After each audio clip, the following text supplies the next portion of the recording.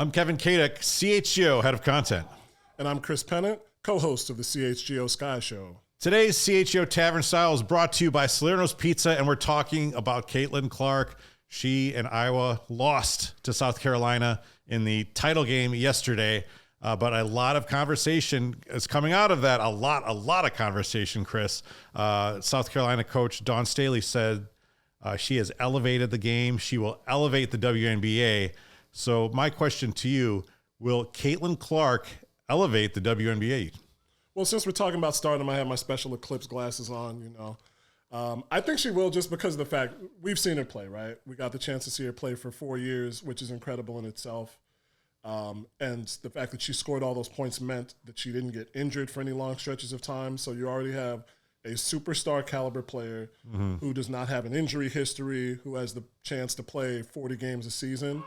And just based on the fact that she has this star power that draws people to her, I think she's going to elevate the game, whether it's in a positive way or a negative way, because both of those things sell tickets. Well, it's getting it in front of more people. I mean, we already see the Las Vegas Aces took, I think, the game against the Indiana Fever.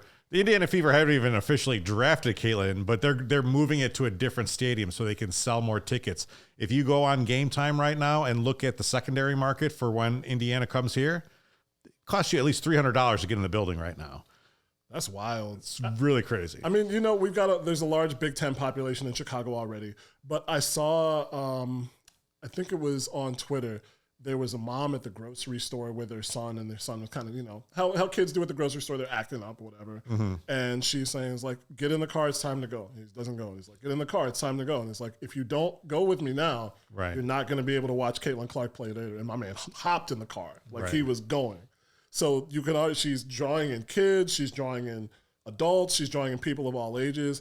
And we haven't gotten to it yet. You can't overshadow the people who came before her. But the fact that she is that charismatic, without necessarily being charismatic, her play speaks for itself. Right. To me, it's all about getting it. Like, are you reaching an audience that you haven't before? Tiger Woods brought the game of golf to a young, I wasn't interested in Nick Faldo and Brad Fax and whatever. Tiger Woods comes along, I knew everything about golf all suddenly, right? I remember watching him in the amateur final when he lost, and I was still like, no, this guy is going to be really, really good. Now, my wife is not a basketball fan. I don't think she's ever been to a Chicago Sky game. She was calling the Iowa Hawkeyes "we" during yesterday's game. I had no idea that she knew, about basketball. So I think, and here's the thing though, Chris, I think that once people really get turned on, they're going to see all the great things about the WNBA and see how many established stars there are already. It was already going in this direction. And that's really the important part. When we talk about Bird and Magic, the NBA was at a really weird time in its history. Right. The NBA itself was still trying to come to grips with the merger, with the ABA. They were trying to figure out who the established stars were, and they had Dr. J. But when Magic and Bird really captured the hearts and minds of not just the United States, but people who were around the world who might have just gotten their first glimpse at watching that kind of game, and then taking it to the 1980s, that's what really elevated the game. The WNBA is kind of past that. We're past the dark ages where it was on Oxygen, and now it's Oxygen the network, not Oxygen the. No. It was also kind of trending in that direction. You had good players. You had really good players. Those Maya Moore and Minnesota Lynx teams were in the back half of that time, when it was not on a widely known network. Now you're getting games not just on terrestrial TV or streaming, but on Amazon too. Right. And so you have those stars, Asia Wilson.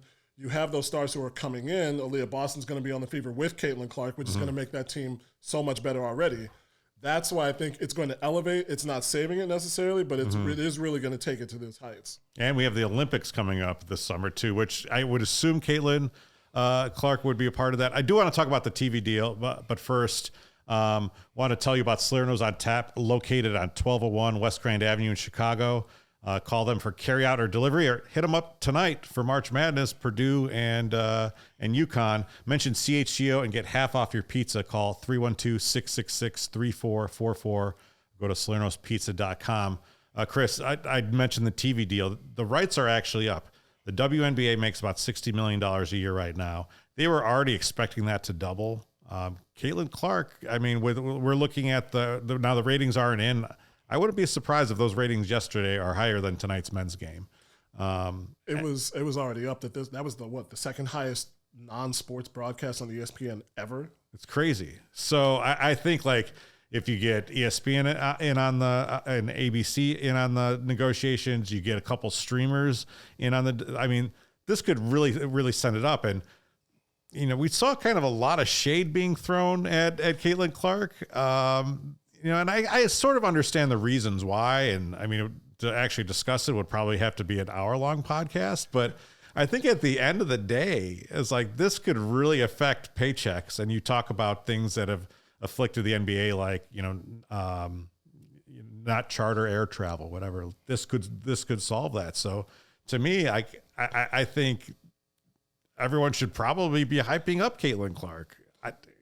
I think there's always the lens of how is this marketed? How are we showing this? And like you said, it would take an hour long, Kevin, to really discuss all the intricacies and nuances of it. But the basics of it is when you put this player front and center, who are you putting off to the side? Mm-hmm. And, what do those players look like? Caitlin is kind of suffering from the same issue that Sabrina Ionescu suffered from, where the league seemed to be centering her over stars who were by the numbers better, like Asia Wilson.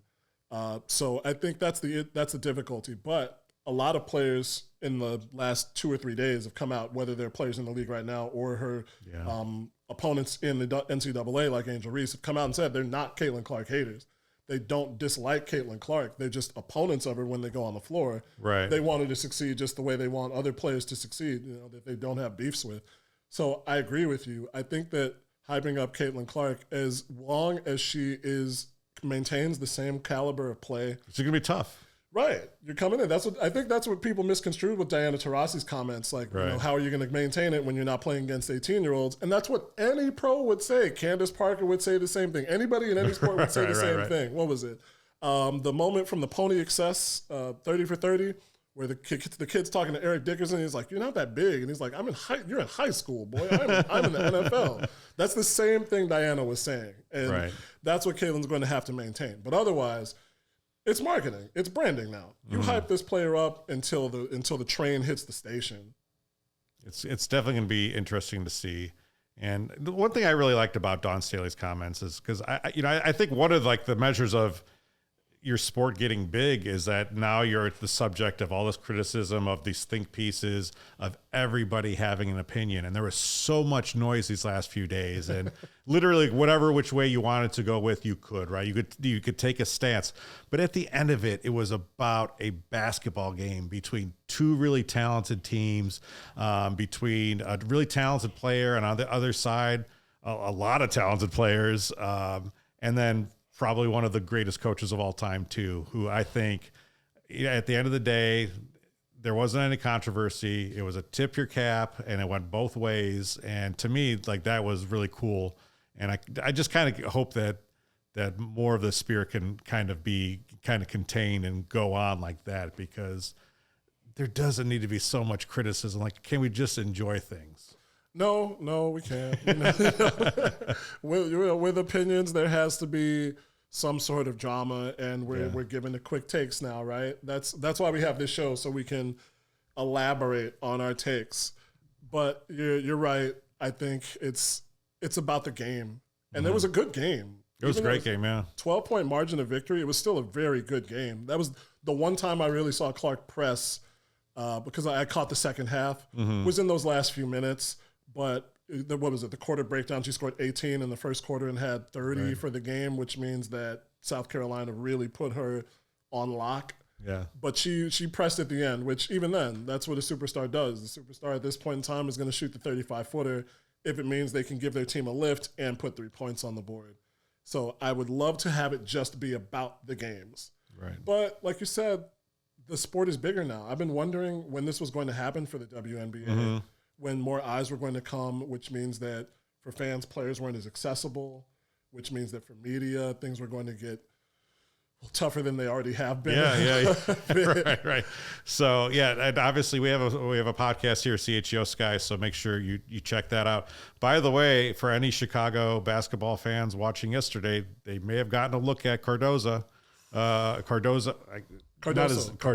Yeah.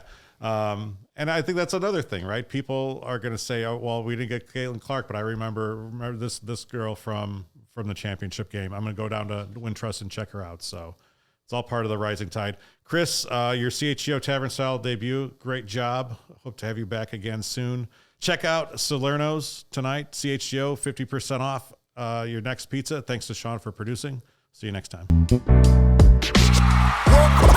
We all silly like the mayor.